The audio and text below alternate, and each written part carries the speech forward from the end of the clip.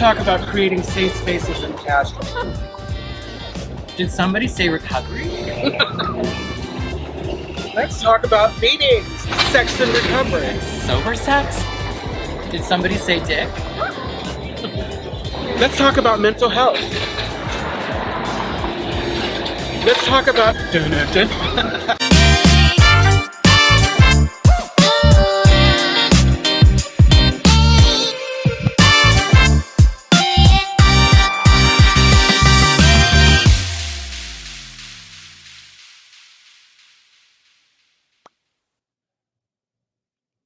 Welcome. You are at the CCC.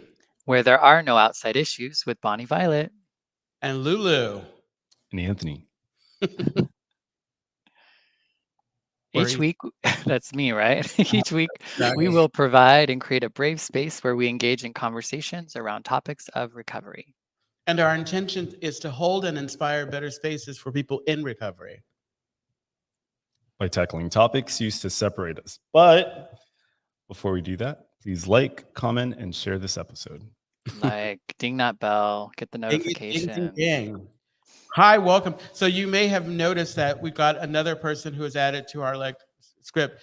We're making changes. We're making changes. You guys have met Anthony before. He joined us. What were we talking about when you joined us? Gratitude. Gratitude. Oh, yeah. That felt like a pop quiz. I know, exactly. Yeah. No, it was gifts of recovery. Gifts of recovery, exactly. Yeah, we're talking about the exact opposite today. There are other gifts in a different way. How are you doing, Bonnie? How's it going? I'm good, living the dream in Maricopa, Arizona. Oh, really? Okay, you've been in Maricopa since you left here, huh?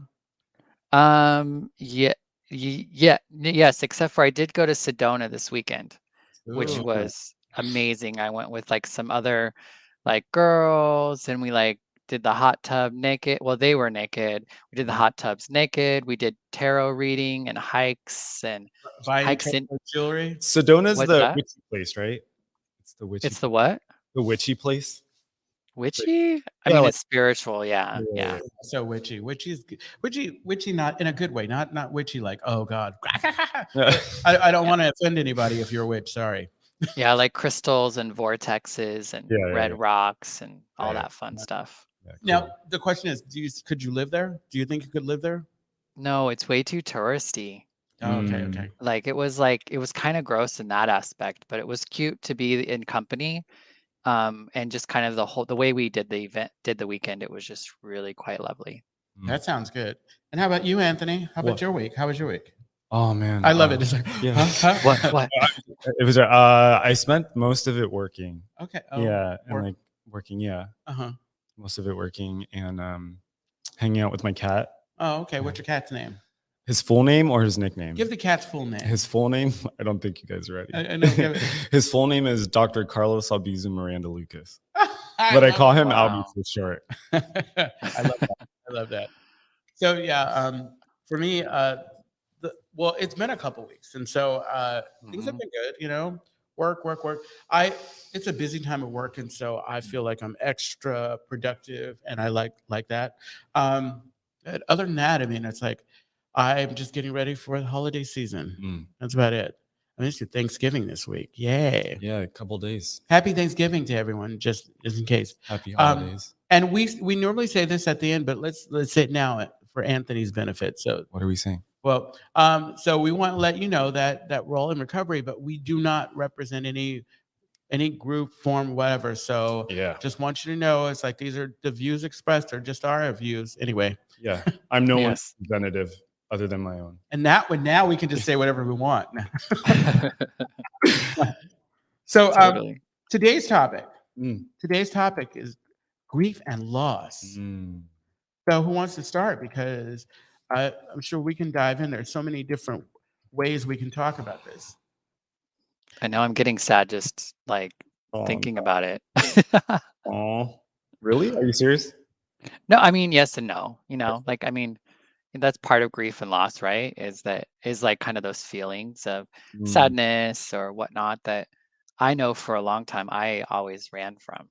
Those are feelings that I thought was not okay. Yeah. And I just didn't know what to do with them. And so to feel them in recovery is, I guess, a gift, even though it don't always feel so cute. Yeah, Right. exactly. Right. That's what I was thinking. It's like it definitely.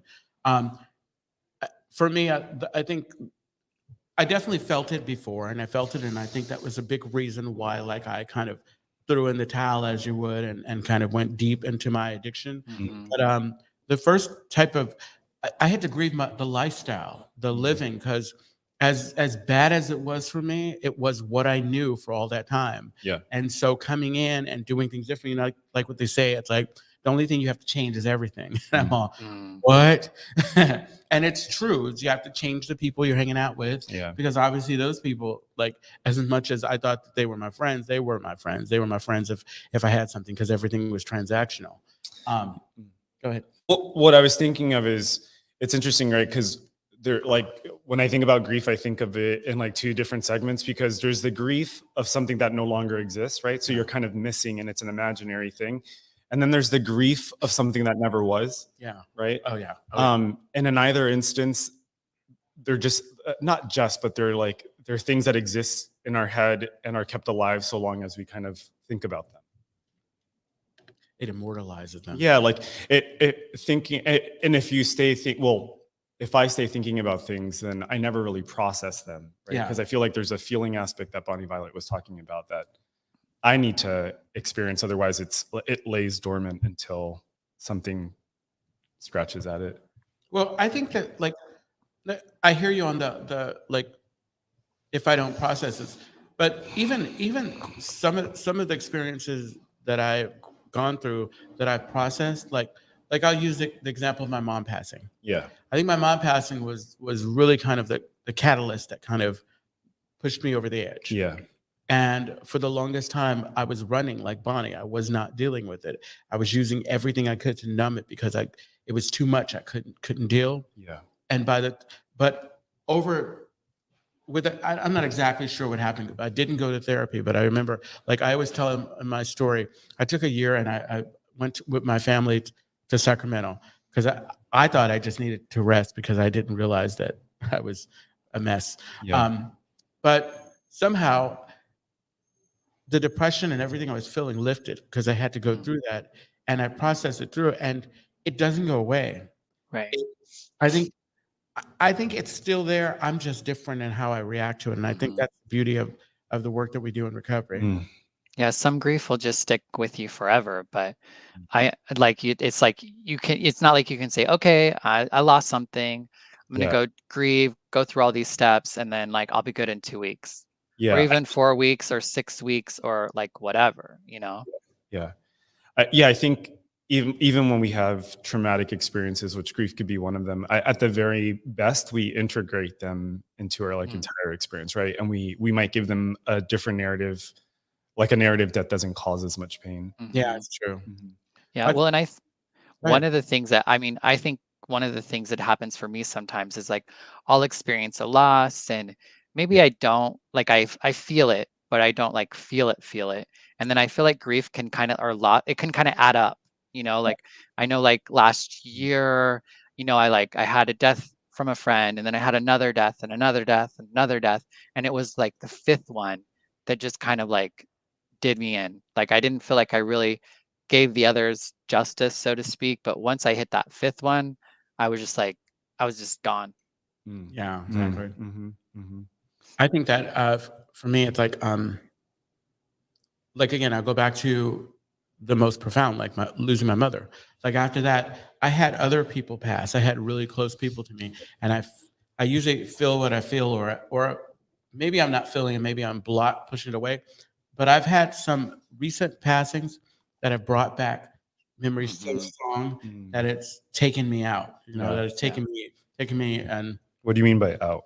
well, not out, like not like physically out, but kind of for me, when I say out, like if I shed a tear, Right. because I'm not a big cry, but if I shed a tear, something's up. Yeah. Right. Normally I'm like the type I can suck those tears back up, like before they reach the So, but I've definitely and grieving is, I think what I know to be true is, like, it's not necessarily just for the person, it's for us.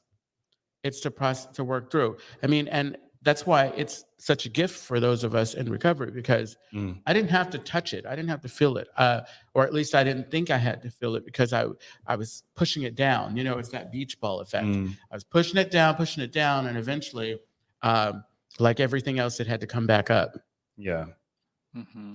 Yeah. There's this, have y'all ever read that book, The Pharaoh? It's like from like the 70s. It was like a very, no, there's this thing in there. I read this like years ago. Anthony's so smart. Thank you, Anthony. Go ahead. We need one on the team. Yeah. I know, exactly. Anyway, so there's The Pharaoh. It's really beautiful. But there's this page on heartache, and I'm not going to be able to do it justice, but basically the idea is that the depth of our sorrow and the depth of our pain makes room for joy, right? So the deeper a sorrow, the deeper a pain, that's creating space for something big, right? Yeah. Or joy. And I think, the other thing, I also think that grief, at least when I think about my own situations, it also shows you your capacity to love. Yeah. Yeah. Be it a platonic love or a romantic love, it shows your capacity to love. Yeah. Well, in what ways does, I guess, grief show up? How do we experience grief? I think we have the sadness, the crying. We kind of talked about that a little bit. Yeah. Maybe is anger part of that? Oh, yeah. Numbness part of that? Uh-huh. Well, I was going to ask both of you, when you experience grief, where in your body do you feel it? What depends? I mean, it's like, at times I felt like an ache in my chest. Yeah. And it depends, I guess, the phases, the stages of it, because, and I'm going to this is me beating that drum, but when my mom passed, it took me 3 months to kind of really accept that she was gone. And mind you, the really weird thing about it is I don't believe that I was a mama's boy or anything. Yeah. I just had a good relationship with my mother. And it was the first kind of relationship like that or loss that I experienced. So I guess it was profound. It's like your first love, Yeah. It's like you remember it because it was something I didn't know about before. Yeah. And It's so a huge loss. yeah, A so parent, I think, is a big loss. Yeah. and so it wasn't until that time passed, and I say 3 months, but I don't think it was that neat and tidy. Yeah. But by the time that initial period had ended, that's when I called it my dark period, where all of a sudden it's like I was in this darkness, this depression, and that's where that ache was. And I can only recall it because I remember, when I wasn't inebriated, when I wasn't out of it, it was there and it was profound. And it was so much like I felt like it was going to take me over. It was overwhelming. Yeah. Yeah. This is reminding me, there's this really awesome interview with Jim Carrey. Jim Carrey's dealt with mental health issues. And he said that his depression felt like a call for deep rest. Yeah. Which is something I can appreciate, we're animals and every feeling has a function. And so that dark period, when you said that, it made me think that maybe the dark period was really a period of reflection. Yeah, and deep care. I love that the thought of deep rest, because I've been thinking about that a lot. I see some of our homeless people in a neighborhood. Yeah. And there's one individual that I see, and I do this thing now where when I pass by them, I say a little prayer. Yeah. And I ask, just for God's will, and there's a one individual, and I guess I was making up a narrative about his life, but every time I see him, it's a certain time where he's either sitting on a bench or he's waiting to go into the certain area so he can go to sleep. And I'm thinking, what kind of life is that? Yeah. And I was also thinking he must be depressed. He has to be. Yeah. Because when I was depressed, when I was in my darkest place, I slept a lot. I wanted to just hide out when I wasn't having anxiety attacks, because sometimes I had to be out in fresh air. Yeah. Oof. Yeah, no, it's a heavy one. Yeah. Yeah. Yeah. Bonnie looked Yeah. like she looked like she was being like a moving car. It's like help. Did I?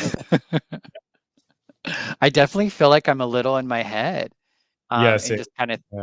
thinking about like I think it's a little bit difficult to think about grief without kind of going there, you Yeah, know? no. Well, yeah. Hmm. And so I think there's just a tinge of feeling it, and then in that, it kind of creates a vulnerability, I think, for me, to begin to kind of talk about it a little bit. But Yeah. one of one of the things that I recall grieving the most at one point in my life was just like I think, like around our identity, like we experience loss and death to ourselves often. That's like as a queer chaplain, like I feel called to people around death and dying to self. So it's like Mhm. around your understanding of yourself, Yeah. around who it is you thought you would be or could do, and then coming to understand that it's different from that. Like that is a death, and with that comes a birth, but there is like a grieving process with that. And so like a lot of what I want or feel like that's what I try to do is be with people in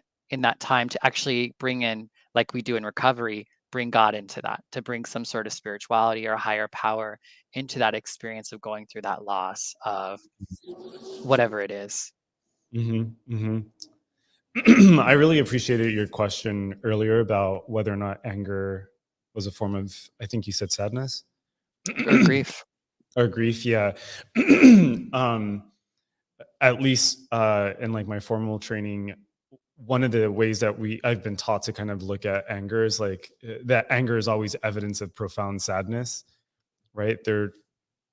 Um, and it makes me think of like a situation I'm in right now where, like I explained earlier, Mhm. going through a breakup. Yesterday was like the first time I'd ever felt anger. Yeah. Yeah. Mm.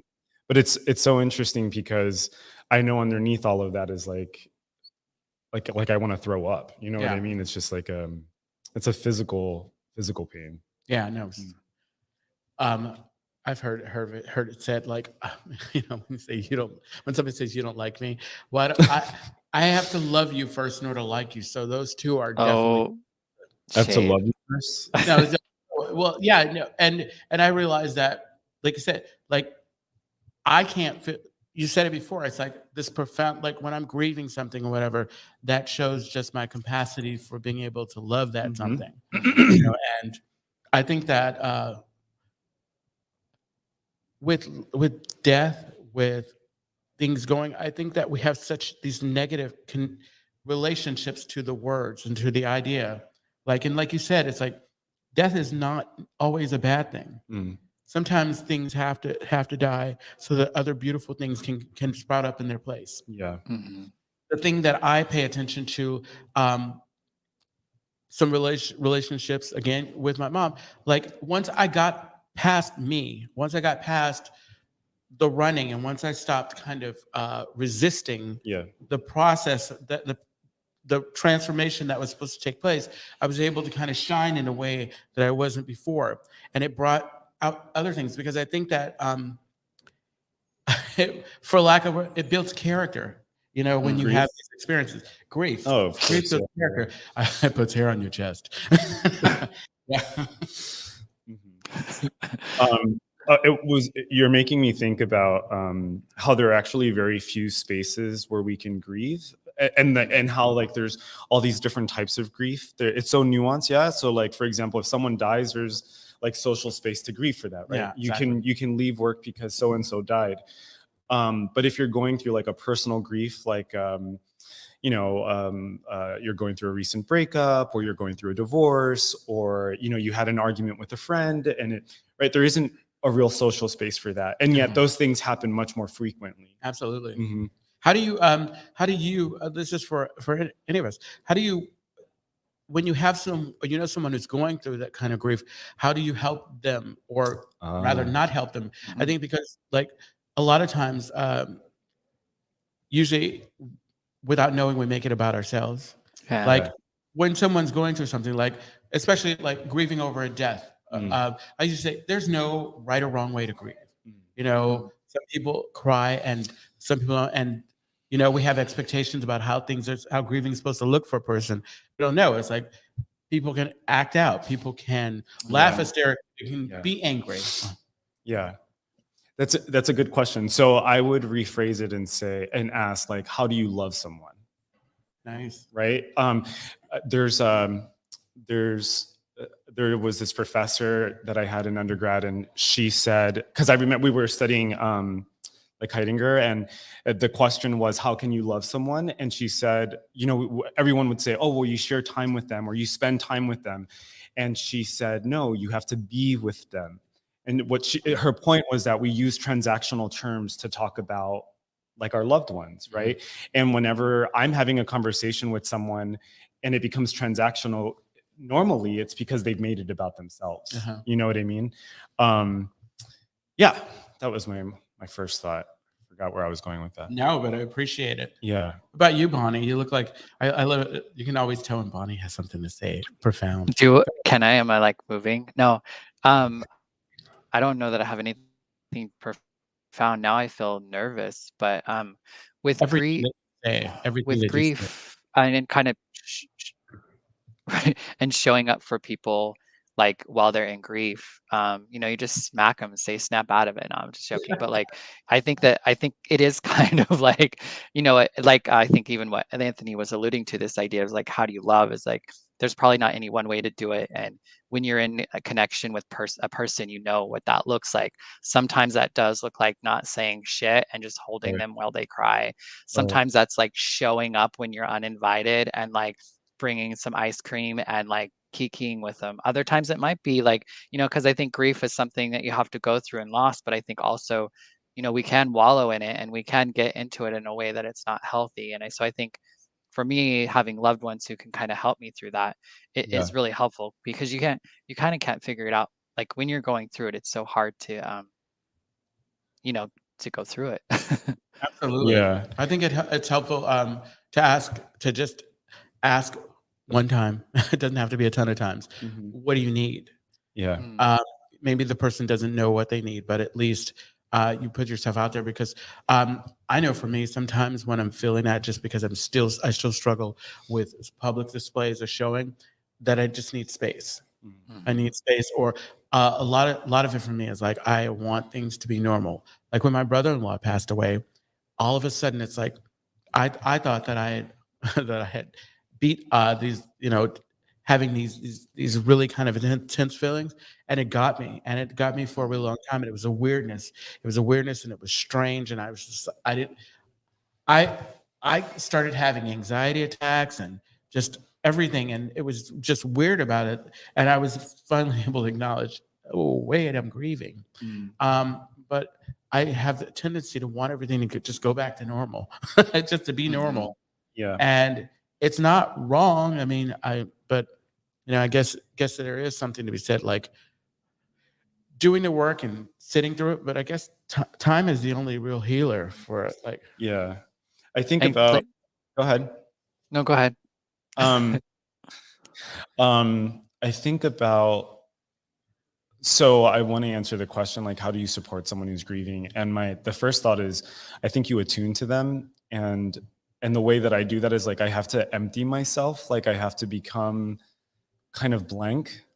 And like only when I'm blank and I empty myself do I get to do what you described, which is like, what do you need from me? And sometimes, that attunement is what Bonnie Violet was describing, is like you gauge what's happening. And like the only way that I'm able to gauge how I can be supportive is like, I am just so ever present for the other person. It's like it's a very intense form of love and being in close relationships, because I can't do that shit for everyone. Yeah, Yeah. no, exactly. Yeah. That makes sense. And that's important. I think that you get to pay attention to who, because I don't have that close relationship with everyone. Yeah. I can offer my condolences for whatever the situation they're going through. Yeah. And I get to step back.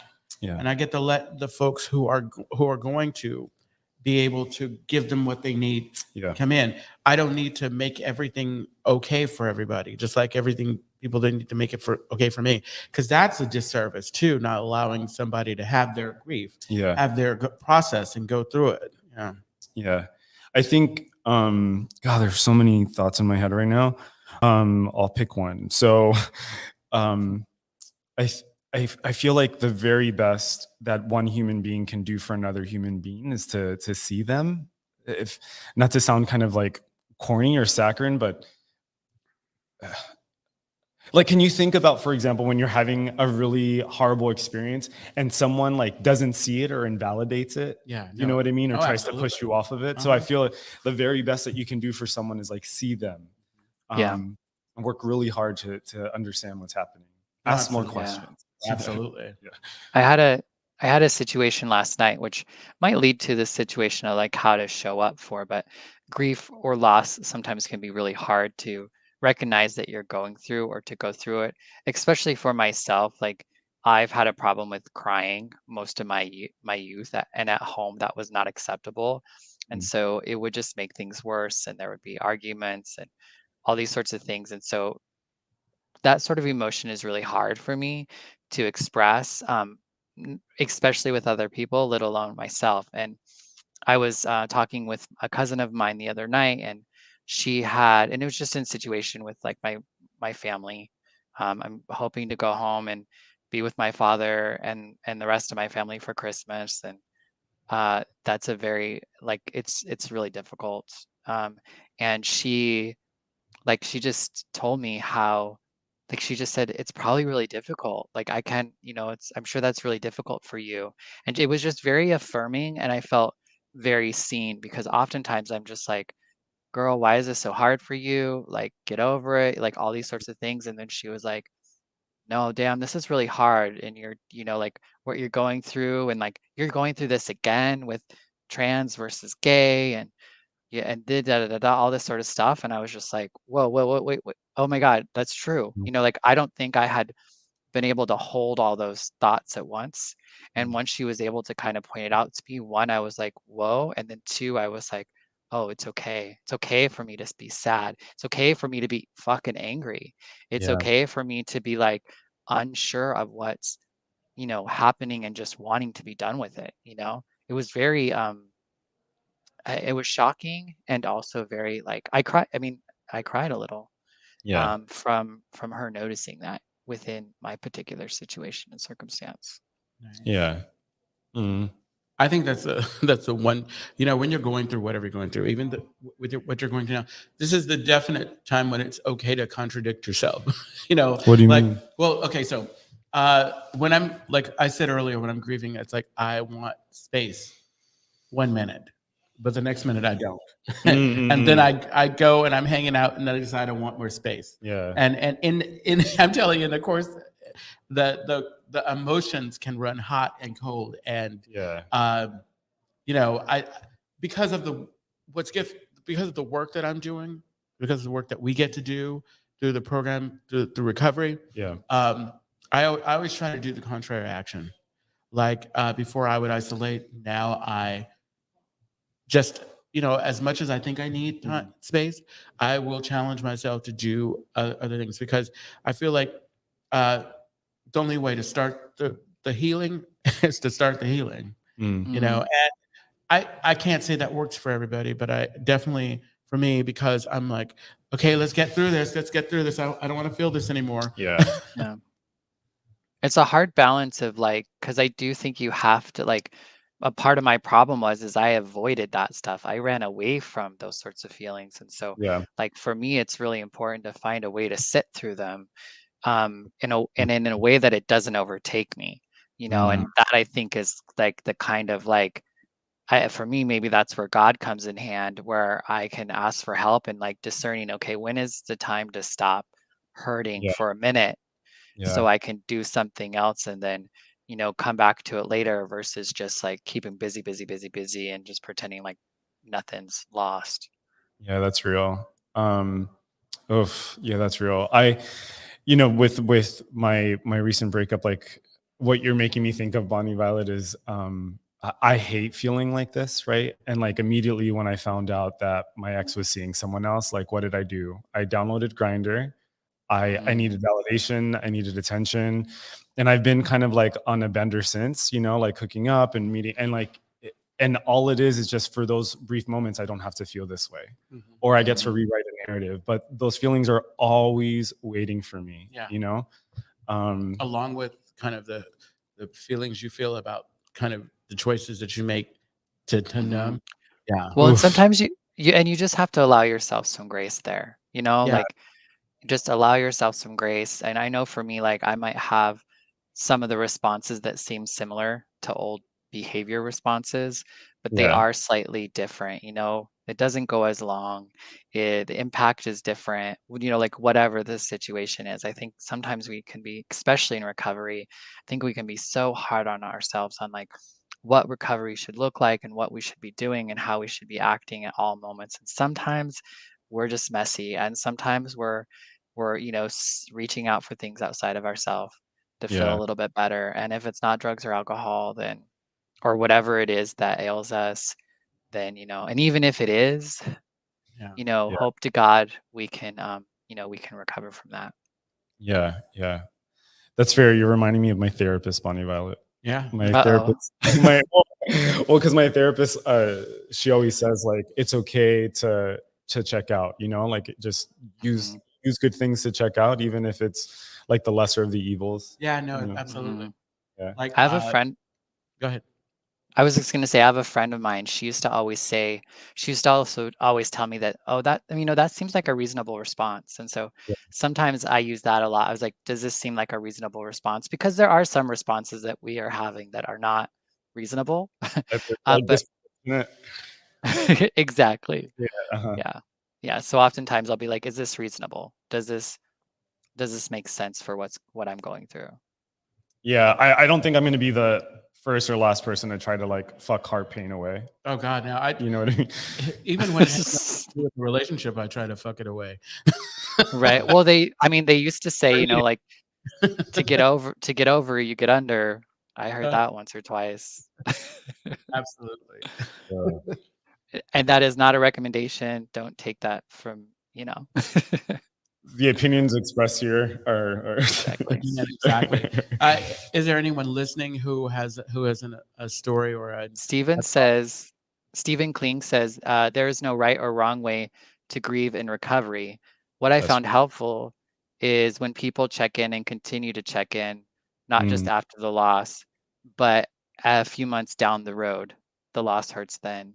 So the loss still hurts even months later. And I think that brings up a really good point.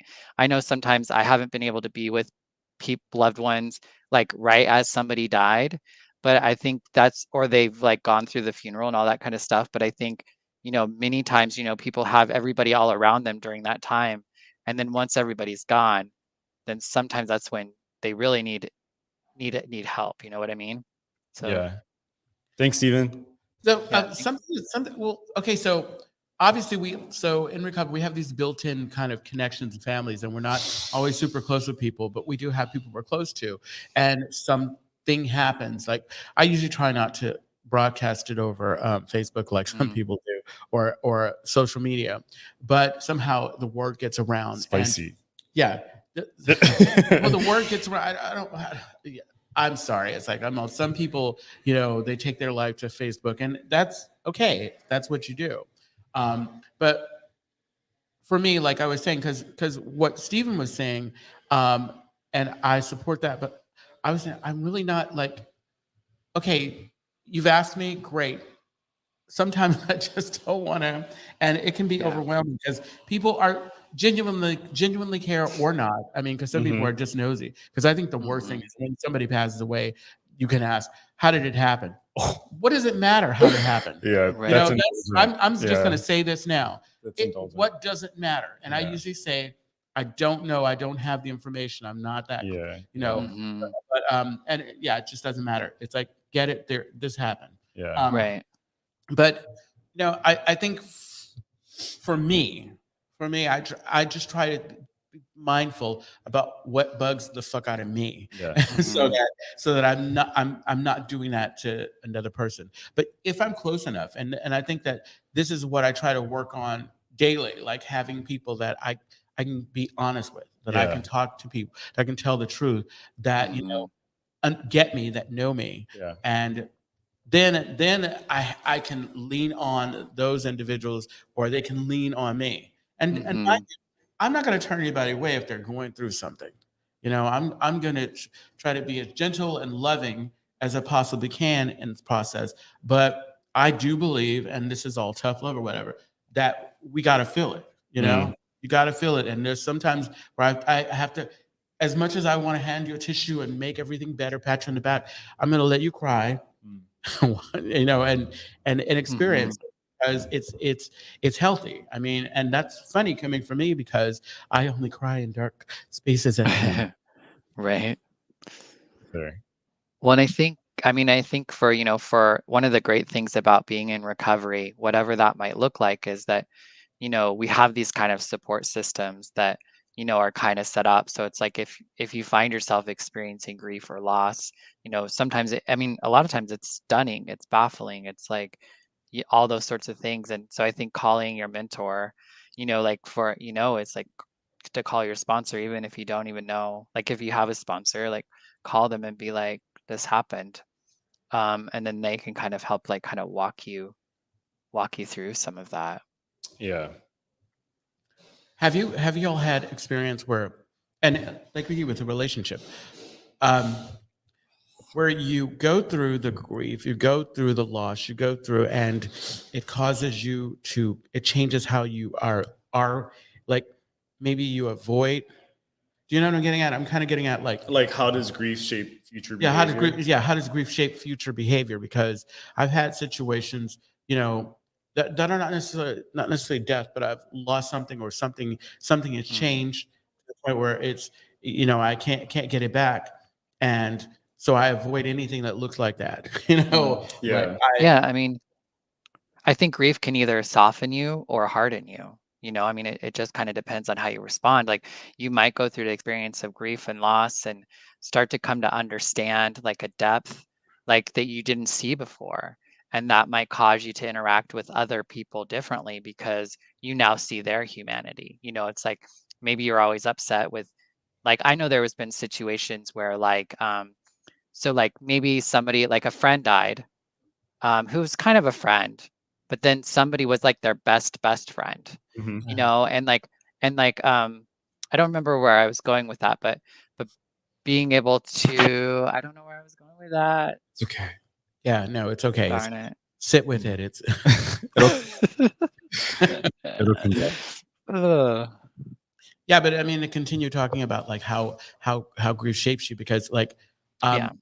once I got, again, back to my mother, once I got past the initial running away and not wanting to deal with it, because again, I think what I was feeling was a lot, and I didn't realize that kind of feeling it, like I believed that feeling it was going to kill me, but the irony of it was feeling it and sitting with it was not going to kill me, and I was okay. And once I got through it, because Winston Churchill say the only way to go through something is by going through it.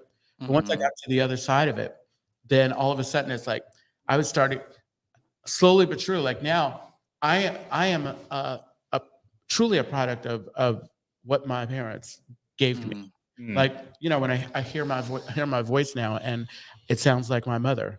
Not the actual sound, the words that I say, the things that I do, the lessons and the things that I was taught. And actually, the beautiful thing that I pay attention to, and because it, as dark as it was when it happened, I found grace. I found the light in it. Is that I was able to tap into what my mother meant to me, and it goes back to what you said about my capacity to love. So it's just a really nice thing. Well, I think the softening could be in the sense of, one, I know a lot of the times I see people in certain roles. And so having a loss or something happen to someone can start to allow me to see that person as a person, versus my father, versus whatever, my boss, whatever. But I think the other aspect of that is also, where is my mind? What's wrong? Huh? What's wrong? I just lost my train of thought again, but around the softening, and also I think it creates empathy in us. So that we can have empathy for others potentially in that situation. So I think that's the other softening. Yeah. The last thing I'll say before wrap up, when one thing for me is I usually feel deeply when I see the people that I love feeling, like experiencing it. Like I usually a lot of my grieving comes from seeing other people grieving. You know, like if I love you and I don't want you to be in pain, but I know that that's what you have to go through. So usually that's what, the times where I felt the most intense is when I'm seeing it from other folks. Right. That's a lovely place to kind of wrap up. I want everyone to know that yeah. Kind of like Castro Country Club. Yeah. Kind of like with change and loss or whatever, it's inevitable.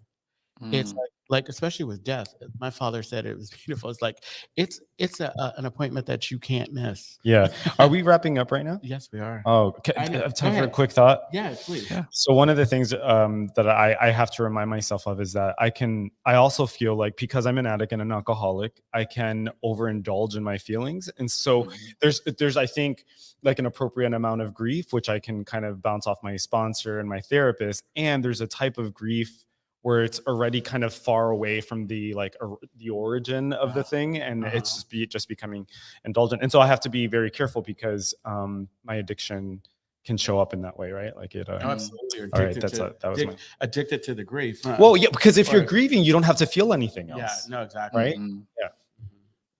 Yeah, no, we normally get to this point, like he throws up that 5, and this is now we have 3. So anyway, you can get me at Louie86. That's my Instagram handle. At Louie. Oh, there it is. See, if you want to send me anything nice or just tell us what we should be talking about. And you can reach me on any of the platforms at A Queer Chaplain on all the things. All the things. I don't have social media. I'm only on LinkedIn, but I might start social media now that we're doing this. Right on. I told them set up a Christian Mingle account. Right. Well, they could always leave message in the comments. Yes, exactly. Right And so we want to remind you that the Castro Country Club is a clean and sober gathering place for all and a home for the queer recovery community located in the heart of the Castro district of San Francisco. And we endeavor to be a space where all can seek wisdom, serenity, courage, and joy. And you will find more information at castrocountryclub.org. And do spend a little bit of time and pay attention to our pipe. That is our speak pipe. Yeah. And send us a voice message. Anthony's like, what? I'm just trying to get people to do something with it because, it hasn't been getting much attention. I know. I sent a message to it. I don't know if Brandon got it. The link is in the description. Yes, and please, let's see, email us at podcast@countryclub.org and tune in every Tuesday at 4 p.m.-ish. Pacific Standard Time. Exactly, on our Castro Country Club Facebook and YouTube channel. And to listen to other episodes of the podcast, go to anywhere you can find podcasts at the CCC. Yeah, exactly. And don't forget to like, comment, subscribe, and follow us. And most important, share with your friends. Share it with your friends, even the people you don't like. Just share it. Yeah, well, yeah, exactly. Share it with people you don't like. Thank you so much. Thank you. Thanks, Anthony. Welcome to the team. Thanks for having me. Next week. All right.